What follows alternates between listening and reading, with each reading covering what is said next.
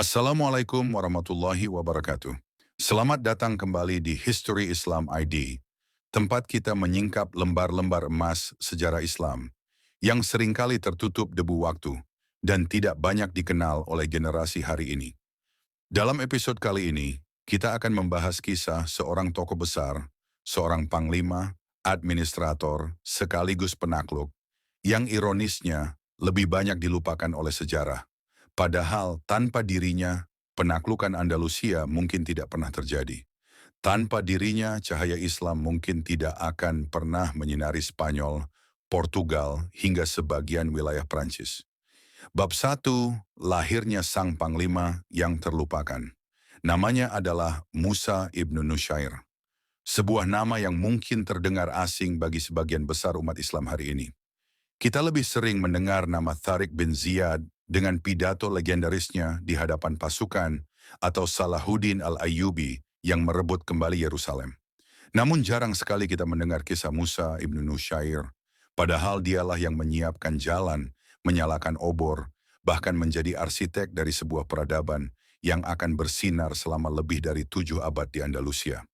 Tapi sebelum ia mencapai masa kejayaan, mari kita telusuri siapa sebenarnya Musa ibnu Nusyair. Asal-usul sang panglima. Musa lahir sekitar tahun 640 Masehi, di masa awal dinasti Umayyah mulai membangun fondasi kekuasaannya. Namun, berbeda dengan banyak jenderal besar lain yang berasal dari keluarga bangsawan Arab, Musa justru datang dari latar belakang yang sederhana, bahkan bisa dibilang merendah.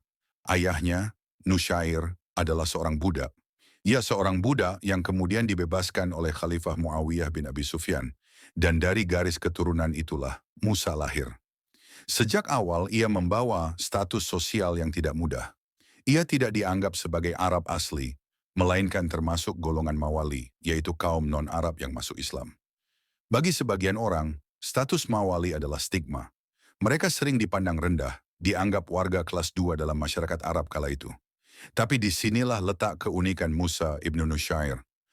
Darah dan keturunan yang dianggap rendah oleh sebagian orang justru membentuk kepribadiannya. Ia tumbuh dengan semangat membara untuk membuktikan bahwa kemuliaan seseorang tidak ditentukan oleh darahnya, melainkan oleh iman, kecerdasan, dan keberanian yang ia miliki. Ambisi dan tekad besi. Sejak muda, Musa dikenal sebagai sosok yang haus ilmu, sekaligus memiliki jiwa militer yang disiplin. Ia belajar seni perang, strategi, dan juga mendalami ilmu administrasi pemerintahan. Dua hal inilah yang kelak menjadi kekuatan terbesar dalam dirinya. Kemampuan memimpin pasukan di medan tempur, sekaligus kecerdasan mengelola wilayah yang luas. Namun jalan menuju puncak tidaklah mudah. Ia hidup di bawah bayang-bayang kecurigaan politik dinasti Umayyah. Para pejabat tinggi di Damaskus kerap memandang rendah para Mawali. Tidak sedikit yang menganggap Musa tidak layak untuk memegang posisi penting. Intrik, persaingan, bahkan usaha menjatuhkan karirnya berkali-kali ia hadapi. Tetapi satu hal yang membuat Musa berbeda adalah kesabarannya. Ia bukan sekadar prajurit berani. Ia adalah seorang pemimpin yang tahu kapan harus menahan diri, kapan harus melangkah, dan kapan harus menyerang. Kesabaran inilah yang kelak mengantarkannya pada posisi yang begitu strategis sebagai gubernur di Afrika Utara. Musa ibn Nusyair, antara kejayaan dan tragedi. Kisah Musa bukanlah kisah yang hanya berisi kemenangan. Ia adalah drama sejarah yang penuh warna. Bayangkan, seorang budak yang dibebaskan, lalu anaknya tumbuh menjadi panglima besar. Ia memimpin ribuan pasukan, menaklukkan kerajaan-kerajaan, mengibarkan panji Islam di benua baru. Tetapi pada saat yang sama, ia juga harus menghadapi pengkhianatan, iri dengki, bahkan akhirnya jatuh dalam tragedi yang memilukan. Maka Musa ibn Nusyair adalah simbol dari dua sisi sejarah. Kejayaan yang membanggakan, sekaligus sejarah hitam yang menyakitkan. Namun sebelum ia melangkah ke Andalusia, sebelum namanya tercatat dalam sejarah Eropa, Musa lebih dulu mengukir tinta emas di Afrika Utara. Dari situlah kisah besar ini dimulai.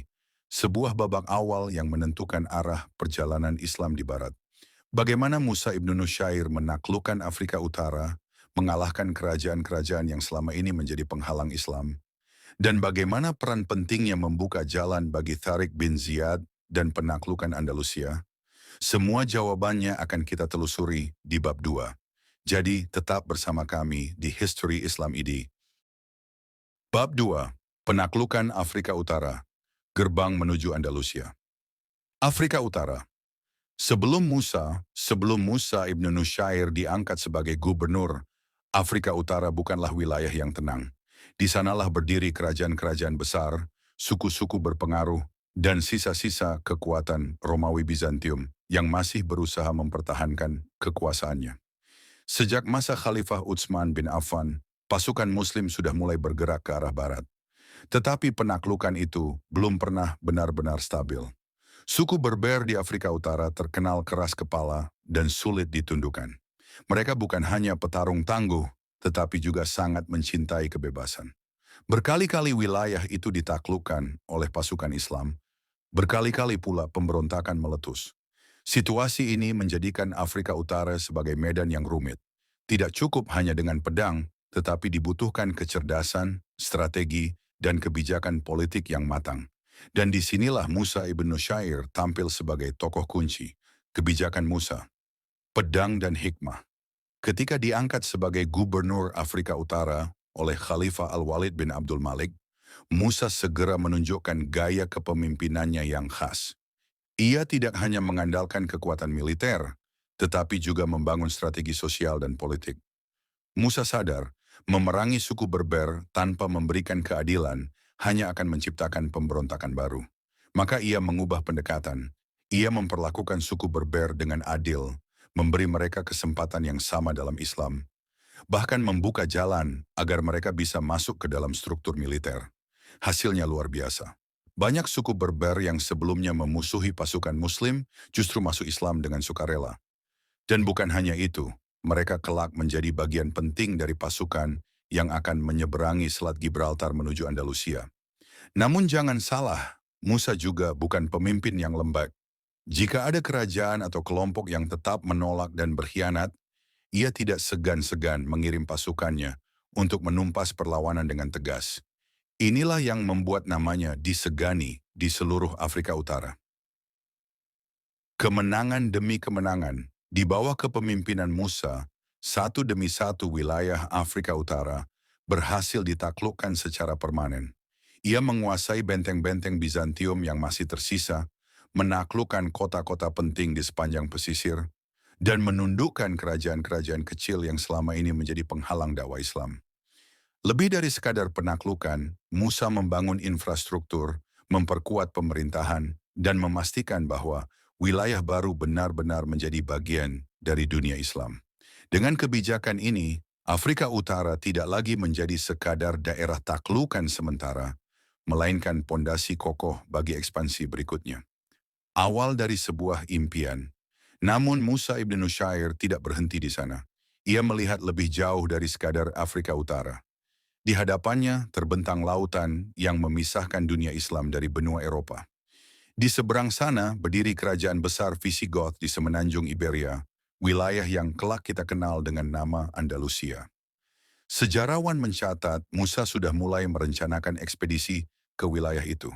Ia mengirim pasukan-pasukan kecil untuk menjelajah, menguji kekuatan, dan mencari celah kelemahan musuh. Semua ini adalah bagian dari strategi besar yang kelak akan membuka jalan bagi Tariq bin Ziyad, murid sekaligus jenderalnya yang terkenal dengan pidato legendaris di pantai Andalusia. Tetapi jangan salah, tanpa Musa ibn Nusyair tidak akan ada Tariq bin Ziyad. Tanpa Musa tidak akan ada Andalusia. Bayangan intrik politik. Namun sayangnya, kejayaan Musa di Afrika Utara tidak serta-merta membuatnya aman dari ancaman. Di Damaskus, para pejabat istana Bani Umayyah mulai memperhatikannya dengan curiga. Seorang gubernur yang terlalu kuat, terlalu berpengaruh, bahkan terlalu populer di kalangan pasukannya, bisa menjadi ancaman bagi pusat kekuasaan. Musa mungkin berhasil menundukkan Afrika Utara, tapi bisakah ia menundukkan intrik politik yang menunggu di hadapan? Inilah pertanyaan yang akan terus menghantui perjalanannya. Setelah menaklukkan Afrika Utara, Musa ibn Nusyair akhirnya menatap impian besar, membawa Islam ke Andalusia. Bagaimana ia mempersiapkan ekspedisi bersejarah itu? Dan bagaimana perannya bersinggungan dengan Tariq bin Ziyad, sang legenda penyeberang Gibraltar? Semua jawabannya akan kita bahas di bab 3. Tetap bersama kami di History Islam ID. Bab 3. Andalusia, ketika mimpi itu menjadi kenyataan. Mimpi yang lama terpendam. Bagi Musa ibn Nusyair, penaklukan Afrika Utara hanyalah permulaan. Di hadapannya terbentang Selat Gibraltar yang sempit, memisahkan benua Afrika dengan semenanjung Iberia. Dan di seberang lautan itu, berdirilah kerajaan besar Visigoth, sebuah kerajaan Kristen yang kala itu sedang diguncang perpecahan internal. Kerajaan Visigoth bukanlah kerajaan lemah. Mereka memiliki tradisi militer, istana megah, serta benteng-benteng yang kokoh. Namun sayangnya, di masa itu mereka terjebak dalam konflik suksesi. Raja mereka, Roderick, baru saja merebut takhta secara kontroversial, sehingga banyak bangsawan Visigoth yang justru bersekutu dengan pihak luar demi menjatuhkannya. Musa ibn Nusyair sebagai seorang politikus ulung melihat peluang emas. Ia tahu melemahkan musuh dari dalam jauh lebih mudah daripada menghancurkannya dari luar. Maka ia mulai menjalin komunikasi dengan faksi-faksi oposisi di Spanyol. Bahkan ada catatan yang menyebut bahwa beberapa bangsawan Visigoth justru mengundang pasukan Muslim untuk masuk, agar Roderick bisa dijatuhkan. Strategi besar Musa ibn Nusyair. Tetapi Musa bukanlah panglima yang gegabah. Ia tahu menyeberangi lautan dengan pasukan besar adalah risiko besar. Maka ia mengirim ekspedisi kecil terlebih dahulu. Pasukan ini bertugas menguji kekuatan pertahanan Visigoth, memetakan jalur strategis, sekaligus melihat sejauh mana peluang kemenangan bisa diraih. Ketika laporan kembali, Musa semakin yakin Andalusia bisa ditaklukkan, tetapi ia tidak akan menyeberang sendiri. Ia menunjuk salah satu jenderal terbaiknya, seorang komandan keturunan Berber yang kelak namanya lebih dikenal dunia daripada dirinya sendiri, Tariq bin Ziyad. Ya, Musa lah yang menyiapkan pasukan, kapal, strategi, bahkan logistik untuk ekspedisi besar ke Andalusia. Tariq bin Ziyad hanyalah pelaksana dari rencana besar itu. Namun ironisnya, nama Tariq justru jauh lebih dikenal, sementara nama Musa perlahan tenggelam di balik bayang-bayang muridnya. Pidato legendaris di Gibraltar. Kita tentu sering mendengar kisah Tariq bin Ziyad membakar kapal di pantai Gibraltar, lalu berpidato lantang. Wahai pasukanku, laut ada di belakang kita, musuh ada di depan kita. Tidak ada jalan kembali selain maju dan menang. Pidato itu menjadi legenda, simbol keberanian luar biasa.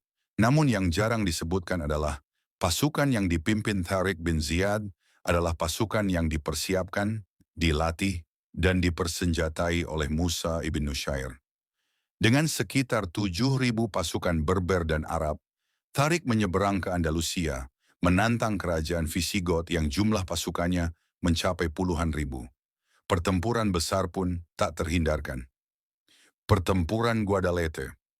Pada tahun 711 Masehi, di sebuah tempat bernama Guadalete, dua kekuatan besar bertemu. Pasukan Muslim yang dipimpin Tariq, di bawah komando Agung Musa, menghadapi pasukan Raja Roderick yang jumlahnya jauh lebih besar.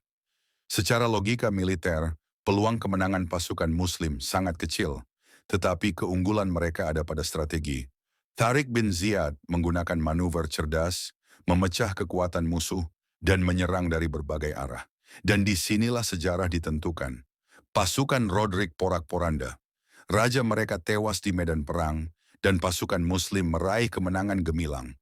Andalusia pun terbuka lebar di hadapan mereka. Mimpi yang menjadi kenyataan kemenangan di Guadalete hanyalah awal. Setelah itu, kota demi kota di Andalusia jatuh ke tangan pasukan Muslim. Cordoba, Granada, Toledo, hingga akhirnya Sevilla, semua dikuasai dalam waktu relatif singkat. Bagi Musa ibn Nusyair, ini adalah realisasi dari impiannya. Apa yang selama ini hanya bayangan di seberang lautan, kini menjadi kenyataan. Islam telah menjejakkan kaki di Eropa, dan dari sinilah lahir sebuah peradaban yang kelak akan bertahan lebih dari 7 abad. Namun di balik kemenangan itu, ada pertanyaan besar. Bagaimana Musa sendiri menyikapi kesuksesan Tariq?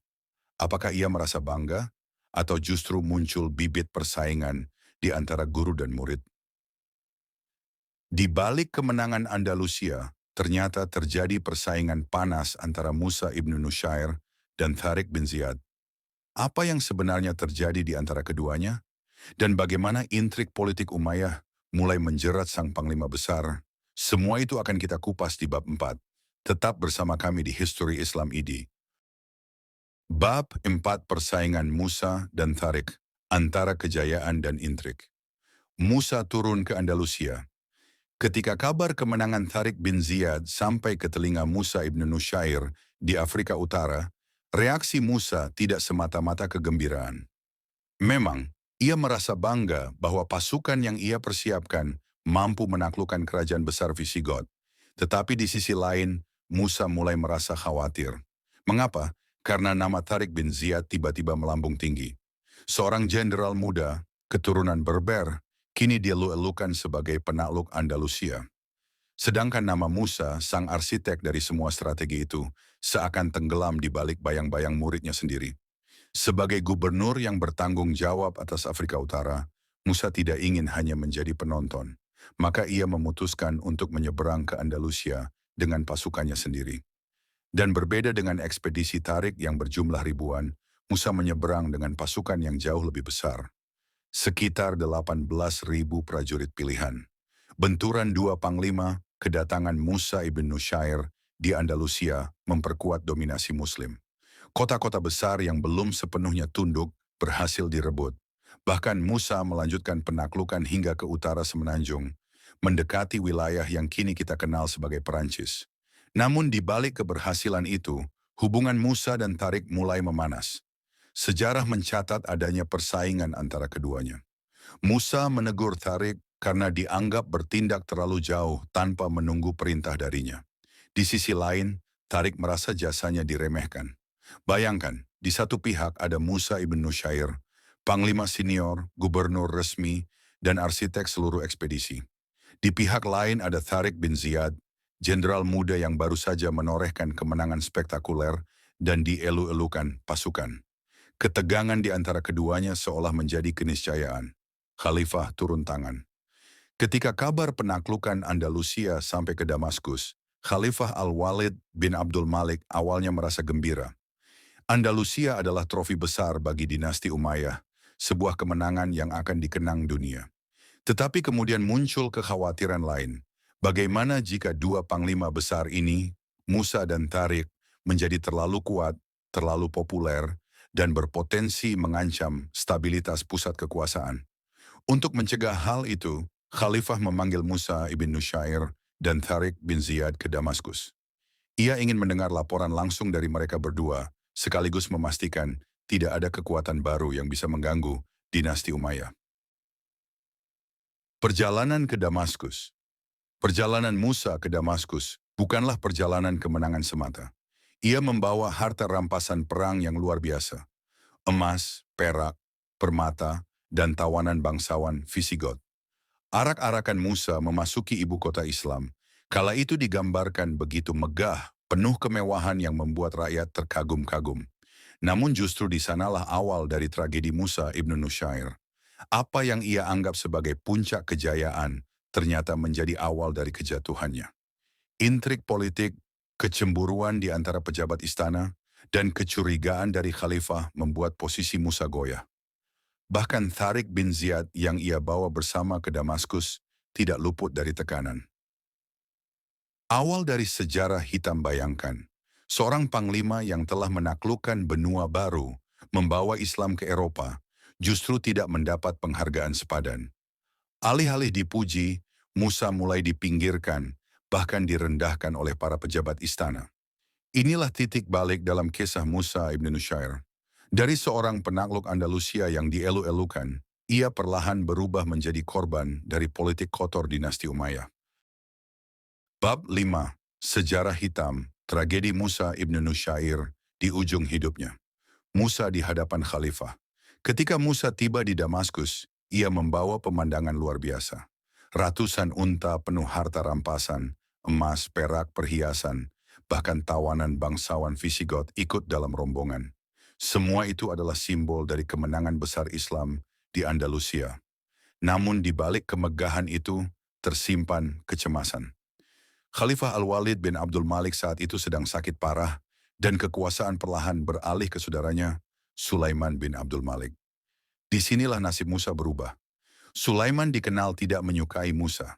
Ia menganggap Musa terlalu berambisi, terlalu kaya, dan terlalu populer. Dan bagi seorang khalifah baru, panglima seperti Musa bisa saja menjadi ancaman besar. Dari pahlawan, jadi tersangka. Bayangkan seorang panglima yang seharusnya dipuji sebagai pahlawan, malah dipanggil ke istana, bukan untuk menerima penghargaan, melainkan untuk diadili. Musa dituduh menyalahgunakan kekuasaan, memperkaya diri dengan harta rampasan perang, dan bahkan dituduh melanggar perintah khalifah. Apakah tuduhan itu benar? Sejarawan banyak yang meragukannya. Tuduhan itu lebih mirip intrik politik untuk menjatuhkan Musa, agar pengaruhnya tidak membayangi kekuasaan khalifah baru. Dalam keadaan seperti itu, Musa tak bisa berbuat banyak. Semua kejayaan yang ia bawa dari Andalusia seolah tidak berarti apa-apa. Ia dipermalukan di depan umum, bahkan kekayaannya dirampas dan jabatannya dilucuti. Kejatuhan sang panglima. Setelah dipaksa mundur, Musa menjalani hidup dalam kesederhanaan yang penuh penderitaan. Bayangkan seorang penakluk besar yang pernah memimpin ribuan pasukan, kini hidup tanpa kehormatan. Lebih menyedihkan lagi, anak-anaknya juga menjadi korban politik. Ada catatan yang menyebut bahwa salah satu putra Musa dibunuh atas perintah khalifah sebagai peringatan bahwa keluarga Musa tidak boleh lagi menjadi ancaman. Kehidupan Musa di penghujung usianya adalah potret tragis dari politik istana. Seorang pahlawan bisa berubah menjadi musuh hanya karena dianggap terlalu berkuasa. Akhir yang menyayat hati. Dalam usianya yang sudah lanjut, Musa ibn Nusyair sempat berangkat menunaikan haji. Di sanalah, menurut beberapa riwayat, ia menghembuskan napas terakhirnya. Bukan sebagai pahlawan yang diagungkan, melainkan sebagai seorang tua yang terlupakan. Betapa ironis, nama Musa yang membuka jalan peradaban Islam di Eropa justru tidak dikenang sebagaimana mestinya. Sementara Tharik bin Ziyad, muridnya sendiri, lebih sering disebut dalam sejarah. Tetapi sejatinya, tanpa Musa ibn Nusyair, tidak akan ada Tharik bin Ziyad. Tanpa Musa, tidak akan ada Andalusia. Pelajaran dari tragedi Musa ibn Nusyair. Sejarah Musa adalah pelajaran pahit bagi kita semua. Bahwa dalam sejarah Islam ada tokoh-tokoh besar yang tidak mendapatkan penghargaan sepadan. Bahwa politik bisa menjatuhkan siapa saja, bahkan seorang penakluk benua. Namun pada saat yang sama, kisah Musa juga mengajarkan kita tentang keikhlasan. Ia tidak pernah tercatat membangkang kepada khalifah meski diperlakukan dengan kejam. Ia tetap teguh pada Islam, tetap melaksanakan kewajiban hingga akhir hidupnya. Bab 6. Warisan abadi Musa ibn Nusyair. Cahaya Andalusia yang tak pernah padam. Andalusia, cahaya Islam di Eropa. Sejarah mencatat, ekspedisi Musa ibn Nusyair bersama Tharik bin Ziyad bukanlah sekadar penaklukan militer. Itu adalah awal dari sebuah babak baru peradaban dunia. Andalusia, tanah yang sebelumnya dikuasai kerajaan Visigot yang rapuh, berubah menjadi pusat ilmu, seni, dan budaya Islam. Bayangkan, dari tanah yang pernah gelap oleh peperangan internal, kini lahir masjid-masjid agung, perpustakaan raksasa, dan universitas-universitas yang kelak menjadi mercusuar ilmu pengetahuan. Semua itu tidak akan pernah ada tanpa langkah Musa yang berani membuka jalan. Warisan yang melampaui zaman. Warisan Musa tidak berhenti pada kemenangan militer. Ia mewariskan visi peradaban. Ia memahami bahwa menaklukkan wilayah hanyalah awal, yang lebih penting adalah membangun masyarakat baru yang hidup dengan Islam sebagai fondasi.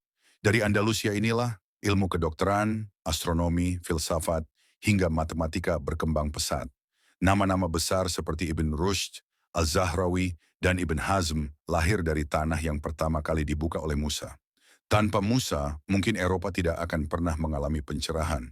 Banyak sejarawan Barat bahkan mengakui bahwa Renaissance Eropa berutang pada warisan Andalusia. Pahlawan yang terlupakan. Namun sayangnya, nama Musa ibnu Nusyair sering tenggelam di balik bayang-bayang muridnya, Tharik bin Ziyad. Dunia lebih sering mengingat Tharik dengan pidato membakar semangatnya, bakar kapal-kapal kalian, meski sejarawan masih memperdebatkan keaslian kisah itu. Tetapi Musa, namanya jarang disebut, ia seolah hanya catatan kaki dalam sejarah. Padahal tanpa dirinya, Andalusia tidak akan pernah berdiri. Inilah ironi sejarah. Kadang yang bekerja keras tidak selalu dikenang, dan yang paling berjasa bisa saja dilupakan. Pelajaran untuk umat Islam. Dari kisah Musa ibn Nusyair, kita belajar bahwa kejayaan bukanlah jaminan keabadian. Bahwa politik bisa menghapus jasa seseorang, tetapi Allah tidak pernah melupakan amal hambanya. Musa ibn Nusyair wafat dengan kesedihan, tetapi warisan yang ia tinggalkan lebih besar dari segalanya. Sebuah peradaban Islam di Eropa yang bersinar selama 7 abad penuh. Warisan ini menjadi pengingat bahwa Islam bukan hanya agama peperangan, tetapi agama ilmu pengetahuan, peradaban, dan cahaya yang menerangi dunia. Sahabat History Islam ID, kisah Musa ibn Nusyair adalah kisah tentang kejayaan yang gemilang dan tragedi yang memilukan. Seorang budak yang dibebaskan menjadi panglima besar, penakluk Andalusia, tetapi berakhir dalam kesepian dan kehinaan. Namun, bukankah justru disitulah letak kebesaran sejati? Musa tidak dikenang karena akhir hidupnya, melainkan karena warisan peradabannya. Dan hari ini, dengan menyingkap kembali kisah Musa ibn Nusyair, kita mengangkat kembali nama seorang pahlawan yang pernah dilupakan sejarah. Demikianlah kisah sejarah hitam dan kejayaan Musa ibn Nusyair, penakluk Andalusia yang terlupakan. Jika menurut kalian kisah ini penuh pelajaran, jangan lupa like, share, dan subscribe agar semakin banyak orang mengenal tokoh-tokoh Islam yang luar biasa. Sampai jumpa di episode berikutnya hanya di History Islam ID. Wassalamualaikum warahmatullahi wabarakatuh.